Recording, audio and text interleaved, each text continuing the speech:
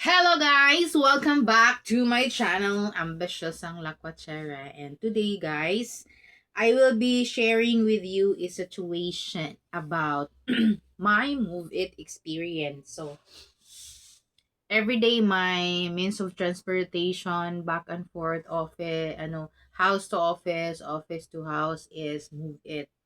Kasi, convenient and madali. So, pag traffic, madali ding pasok-pasok dyan. And so, so yesterday, Friday morning, I have booked you Move It. And then, of course, I waited at the pin area of pickup location already kasi nandyan lang naman yung gate namin ng aming inuupahang bahay, no? So, nagantay talaga ako. Makikita mo naman sa screen yung saan na siya papunta, saan na papunta yung motor. So, makikita mo talaga. Until sa time na para na-stack up yung motor, dyan talaga sa location na napin ko. As in, nandun talaga siya.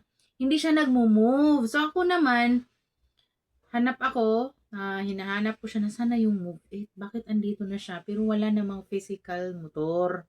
So, hindi ko alam kung it's about my internet connection. Pero, wala lang. I just feel, I felt it very weird. Parang ghost ride. Hindi ko alam ano yun.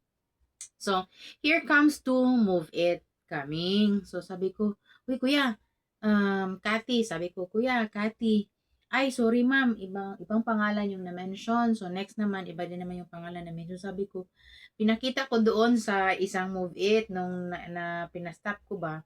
So, pinakita ko siya, kuya, tingnan mo to.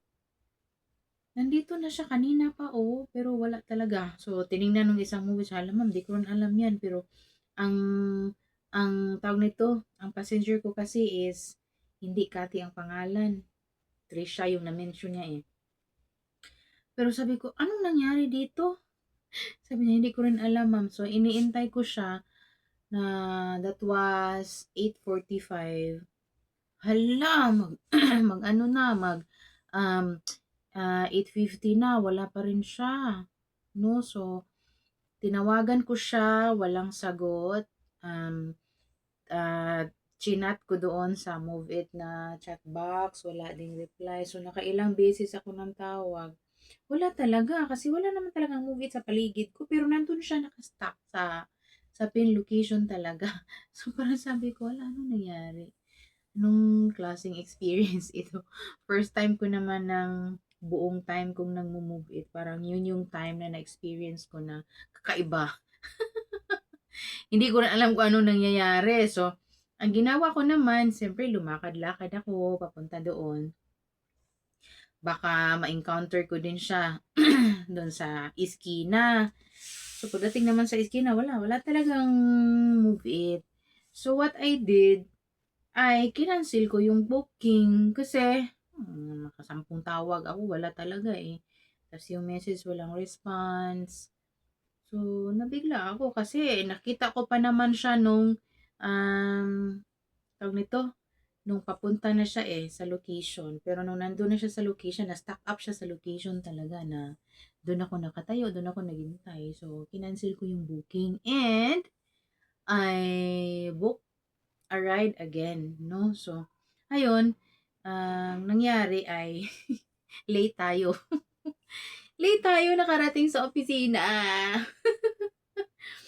So, shinare ko, nakuha ako ng bagong booking. Nag-usap kami nung rider. Sinare ko yung experience ko din sa kanya. So, may mga ganun din palang moments sa kanila, no? So, sabi ko, wala, ano kayang nangyari doon? Saan siya napunta? Saan siya napadpad? Tama naman yung pinned location ko. So, ayun yung aking experience sa Move It. Hindi ko alam kung anong nangyayari doon.